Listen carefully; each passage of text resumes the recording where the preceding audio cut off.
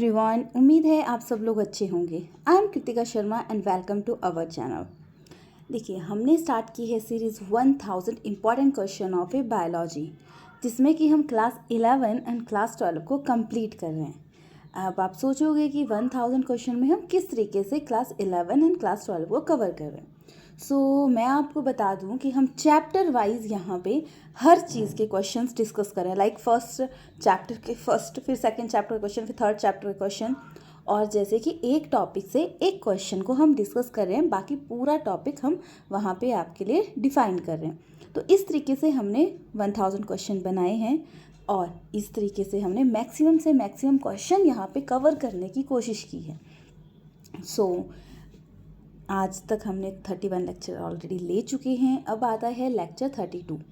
I hope कि ये video आपके लिए बहुत ही बेनिफिट होगी, जो भी कम्पिटिटिव एग्ज़ाम की तैयारी कर रहे हैं, like TET, CTET, commission, PGT, हर टाइप के, नीट, इवन जो इस क्लास के स्टूडेंट हैं उन सब के लिए भी ये सीरीज़ बहुत ही बेनिफिट होने वाली है, क्योंकि यहाँ पे हमने क्वेश्चंस को बहुत ही कम्पैक्ट तरीके से बनाया है।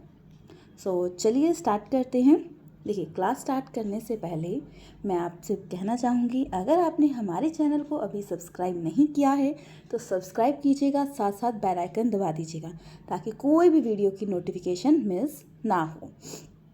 और मैं ये भी बताना चाहूँगी, किसी को भी टैट के रिगार्डिंग नोट्स चाहिए, शॉर्ट नोट्स चाहिए, लॉन्ग नोट्स चाहिए, या कुछ भी चाहिए होगा तो नीचे दिए गए नंबर पर कांटेक्ट कर सकते हैं। हम लाइव क्लासेस भी कंडक्ट करवाते हैं एंड हमारे पास रिकॉर्डिंग लेक्चर भी होते हैं। चलिए स्टार्ट करते हैं आज की क्लास। आज आता है लेक्चर 32। क्वेश्चन डिस्कस करते हैं।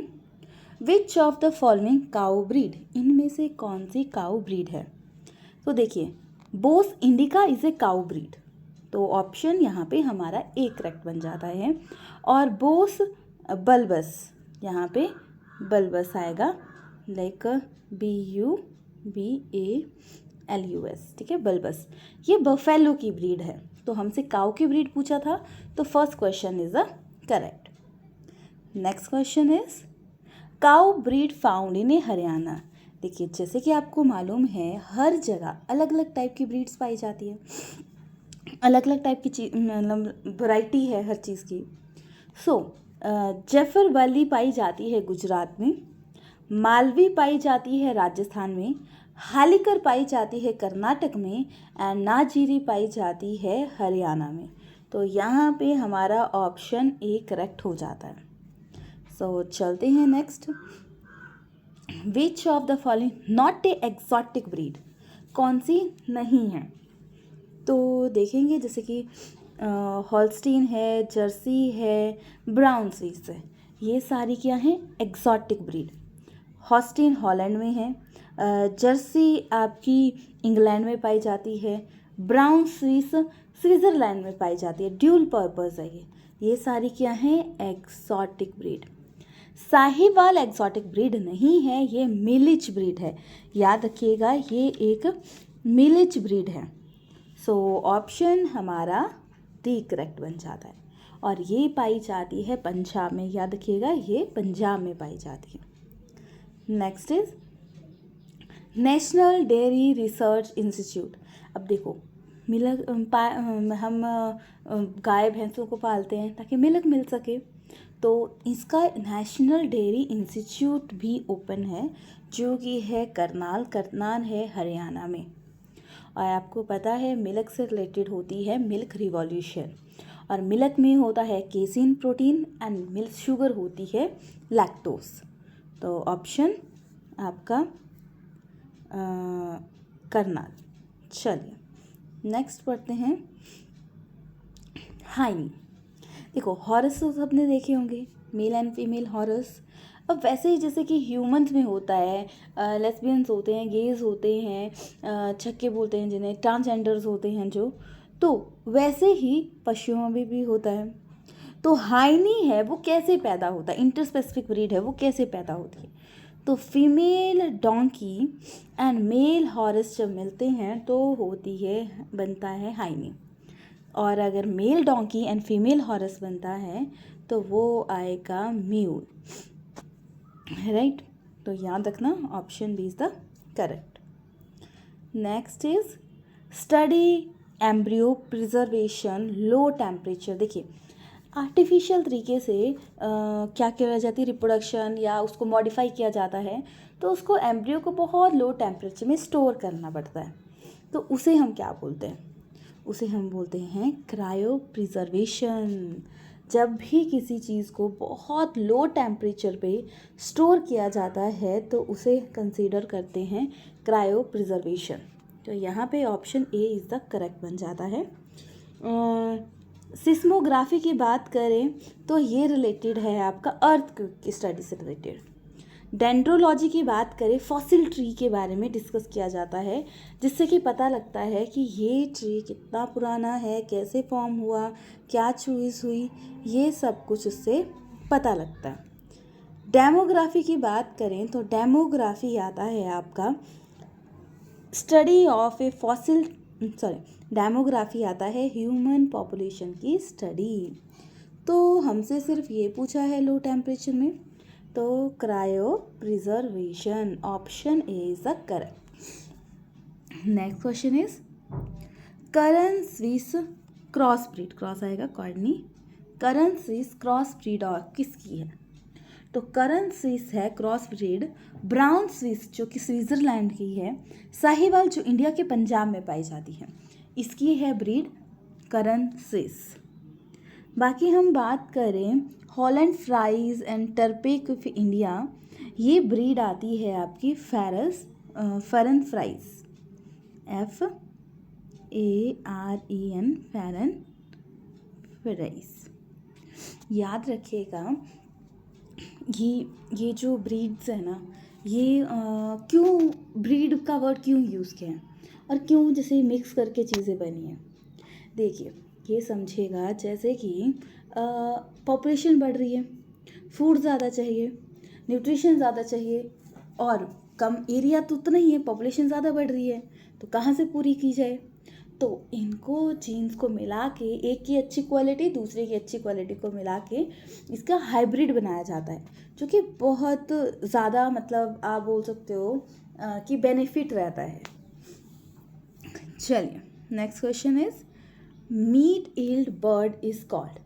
मीट ईल्ड जैसे कि हैन है, मीट खाते हैं, गॉट का मीट खाते हैं, पर यहाँ पे बात करेंगे मीट ईल्ड आपकी बात करेंगे, अभी हम कर रहे थे हैन की। तो हैन को पाया जाता है तो पोल्ट्री फार्मिंग में पाया जाता है। तो बेस्ट जो मीट यील्ड के लिए यूज़ किए जाते हैं वो आते हैं ब्रॉयलर ऐसे बोलेंगे इसको, ब्रॉयलर। लेयर एंड लेगरहून की बात करें, इनके एग अच्छे होते हैं, ब्रॉयलर के एग इतने अच्छे नहीं होते, बट लेयर एंड लेगरहून के एग ज़्यादा क्वालिटी वाले होते हैं। सो ऑप्शन यहाँ पे हमारा बी करेक्ट बन जाता है। देखिए आज मैंने ना पिक्चर नहीं इंक्लूड की हैं क्योंकि आज के लेक्चर में देखो ब्रीड का नाम था, ब्रीड में आप क्या ही देख के क्या ही याद कर लोगे।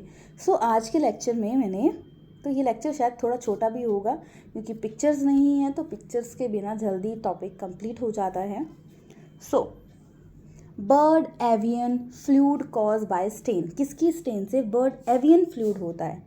तो वो होता है H5N1 स्टेन से एवियन फ्लूइड होता है, स्टेन से।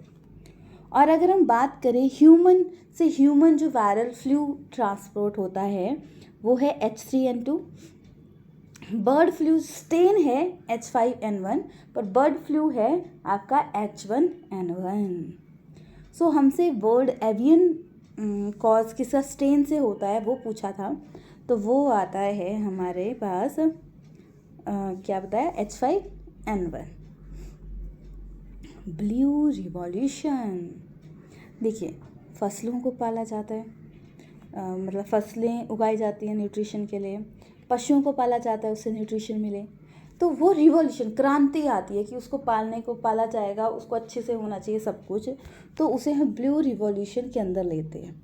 तो ब्लू रिवॉल्यूशन यहाँ पे रिलेटेड है फिशेस से, तो option A is the correct. और फिशेस की कल्चरिंग को हम aquaculture, marine culture, PC culture इस तरीके से नाम देते हैं। चलिए नेक्स्ट। अब देखिए, जैसे ह्यूमन में बीमारियां होती हैं वैसे ही पशुओं में बीमारियां होती हैं। तो अब बात करेंगे हम पोल्ट्री फार्मिंग की।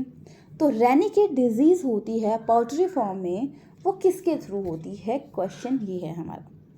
तो रेनिकेट डिजीज़ होती है, इसमें ना क्या बोलेंगे, most common disease new cattle disease भी बोला जाता है इसे। वायरस के थ्रू, वायरल के थ्रू होती है ये। वायरल के ही थ्रू अगर हम बोल लें तो बर्ड फ्लू भी होता है, जैसे कि H1N1, एलिफेंटेसिस भी होती है, मार्केट डिजीज़ भी होती है। फिर हम बात करें इन्फेक्टिशियस ब्रोंकिटाइसिस भी होती है, हाइड्रोपेरिकार्डियम सिंड्रोम भी होता है। देखिए, हमारी बॉडी में कुछ अच्छा बढ़ जाना, कुछ कम हो जाना, तब हर तरीके से बीमारियां होनी हैं। तब क्या बोला जाता है, बैलेंस में चीज़ें की जाए।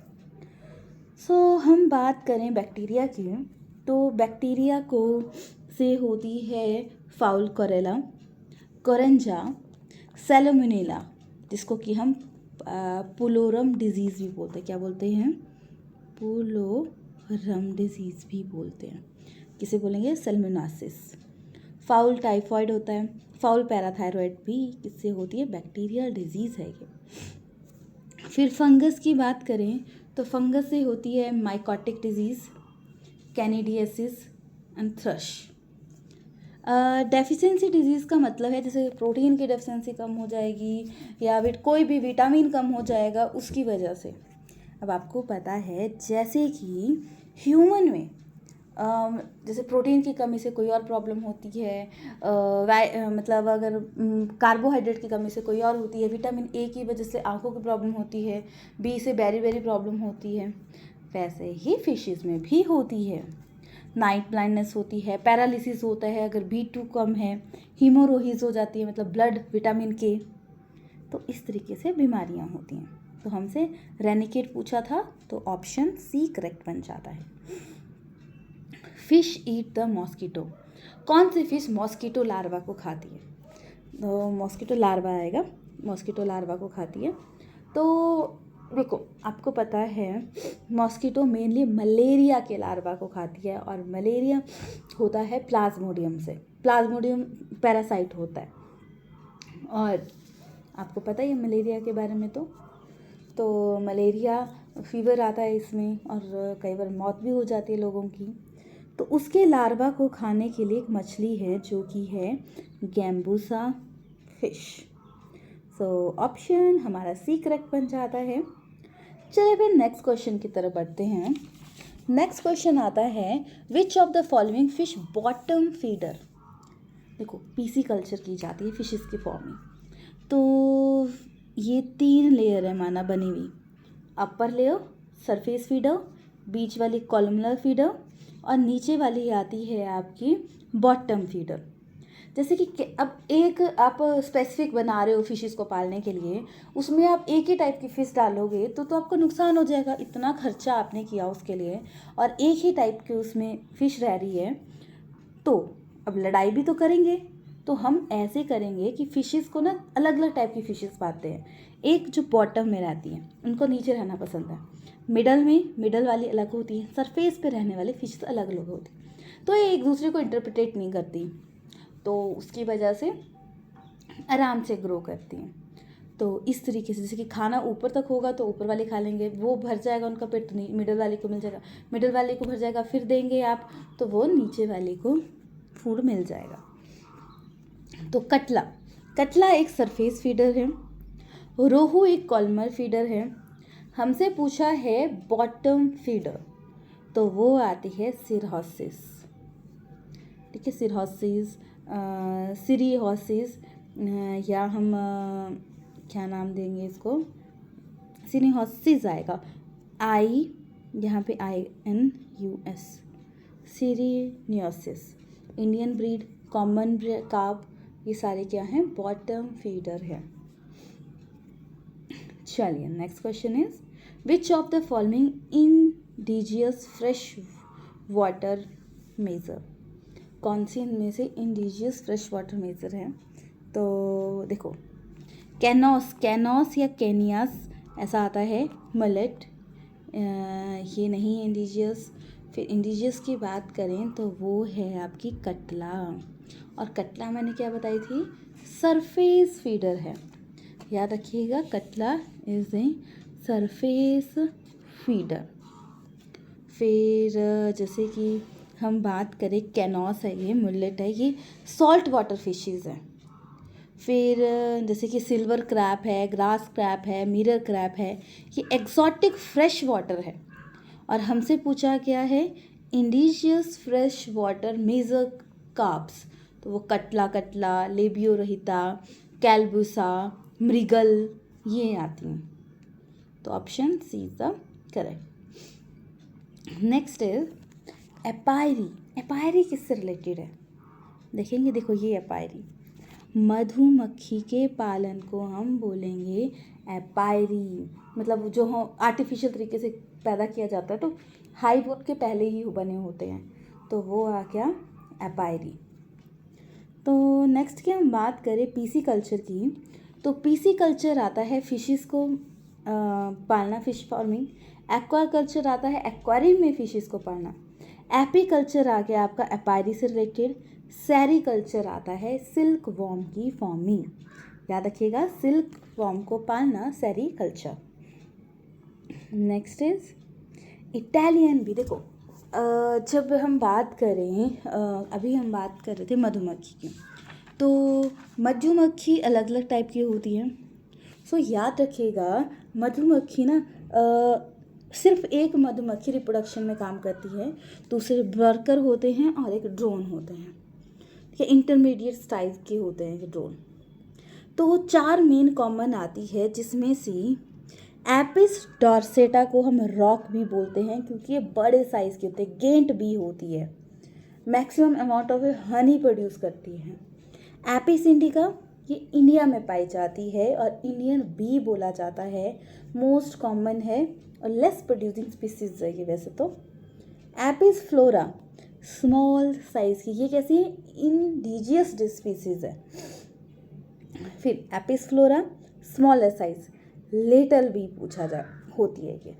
फिर एपिस मिलीफेरा, सो हम बात करेंगे एपिस मिलीफेरा, ये एक एक्सोटिक स्पीसीज है, याद रखिएगा, ये भी पूछ सकते हैं कौन सी एक्सोटिक है और कौन सी इंडिजियस आती है। तो एपिस मेलिफेरा एक एक्सोटिक स्पीसीज है जो जिसे कि हम कंसीडर करते हैं इटालियन बी के अंदर। और हनी से हमें हनी बी से हमें हनी मिलता है, वैक्स मिलता है, और हनी बी रिच होता है फ्रक्टोज से। तो ये पॉइंट आपको ध्यान में रखने हैं।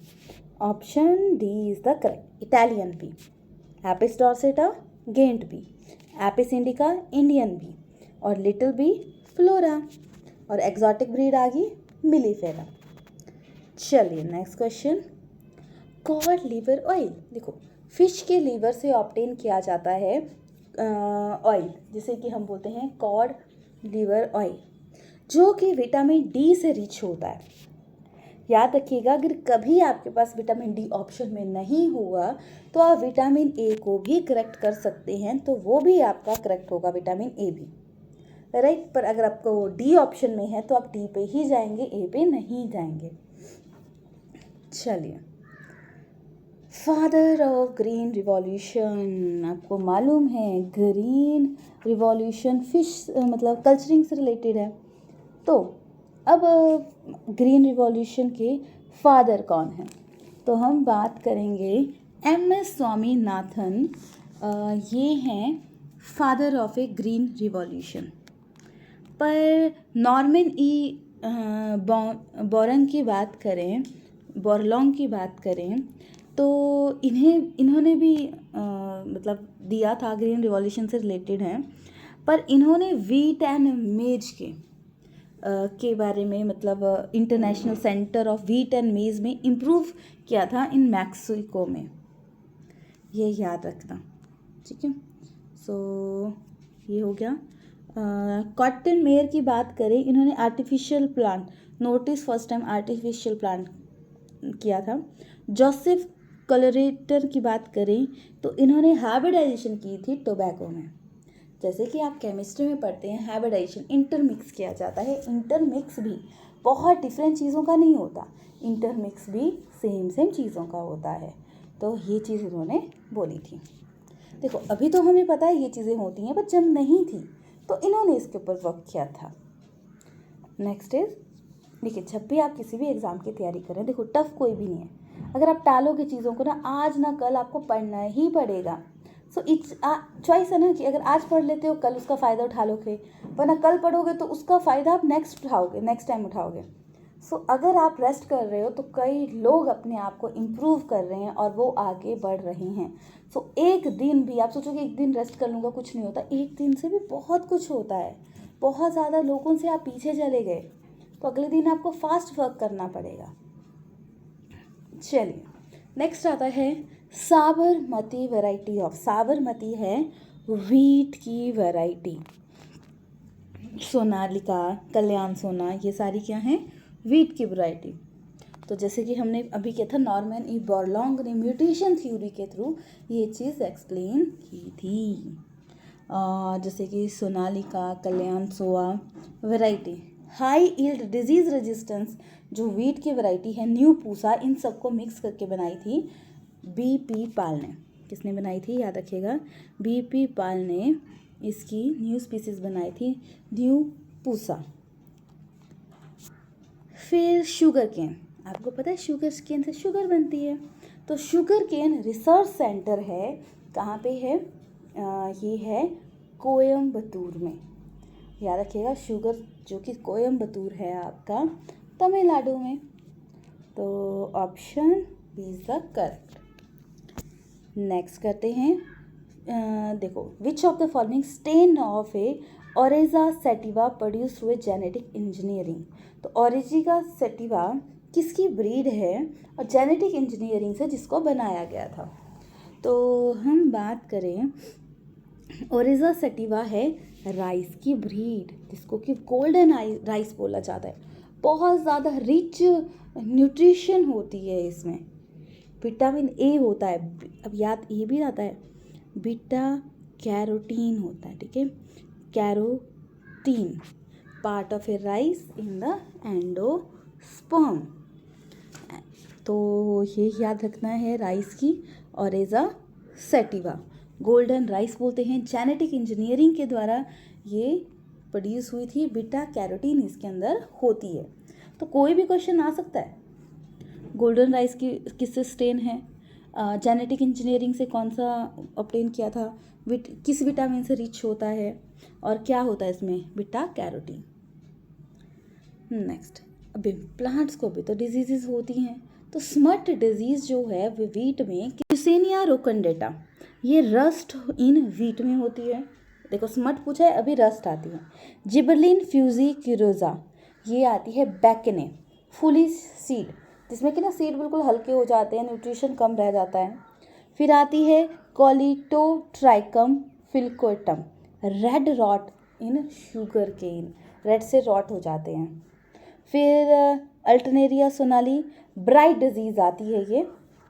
फिर आता है यूस्टेल्गो ट्रिटिकी, इसकी वजह से स्मट डिजीज़ होती है वीट में। तो ये चीज़ आपको ध्यान में रखनी है।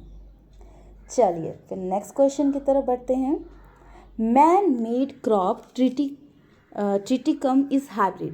देखो ट्रिटिकम क्या है, वीट की वैरायटी, तो किसकी हाइब्रिड करके ये बनी है। तो देखो वीट एंड राई को मिलके एक मॉडिफाइड वर्जन बना है वीट का, तो यहाँ पे ऑप्शन ए करेक्ट बन जाता है। अब सोमैटिक हाइब्रिडाइजेशन, देखो हाइब्रिडाइजेशन की जाती है, पर कौन सा पोर्शन हम किसी का यूज़ कर रहे हैं हाइब्रिडाइजेशन के लिए, तो वो पूछा गया है। तो याद रखना सोमैटिक हाइब्रिडाइजेशन होती है जिसे कि हम बोलते हैं somatic cell hybridisation, cytoplasm, cybrid. तो ये एक टाइप की प्रोटोप्लाज्मिक फ्यूज़न आता है। तो ऑप्शन ए हमारा यहाँ पे करेक्ट हो जाता है, क्या आता है, प्रोटोप्लाज्मिक हाइब्रिडाइजेशन, राइट। तो इस तरीके से आपका ये जो चैप्टर था वो फिनिश हो गया, जिसमें कि हमने जो एनिमल्स की ब्रीड है, फूड प्रोडक्शन को बढ़ाने के कंसेप्ट को डिस्कस किया है। जो कि आपकी मदद करेगा। आपको ये जो पूरी सीरीज़ है कि बहुत ही मदद करेगी आपकी किसी भी कॉम्पिटिटिव एग्ज़ाम की तैयारी करने के लिए। देखिए, मैं पहले ही बोल देती हूँ, किसी भी चीज़ को ना आज करना है कल भी करना है। सो मेन ना प्रॉब्लम क्या रहती है पीछे रहने की, हम ना टारगेट सेट नहीं करते हैं जिसकी वजह से हम पीछे रह जाते हैं। तो सबसे पहले हमें टारगेट सेट होना चाहिए चीज़ों को करने के लिए, तभी चीज़ें होंगी। सो ऑप्शन यहाँ पे ए करेक्ट है। बाकी अब आप पढ़िएगा, टारगेट सेट कीजिएगा, व्हाट यू वांट। दूसरों की गलतियाँ तो एकदम निकालते हैं, बट खुद के बारे में सोचें, व्हाट यू वांट इन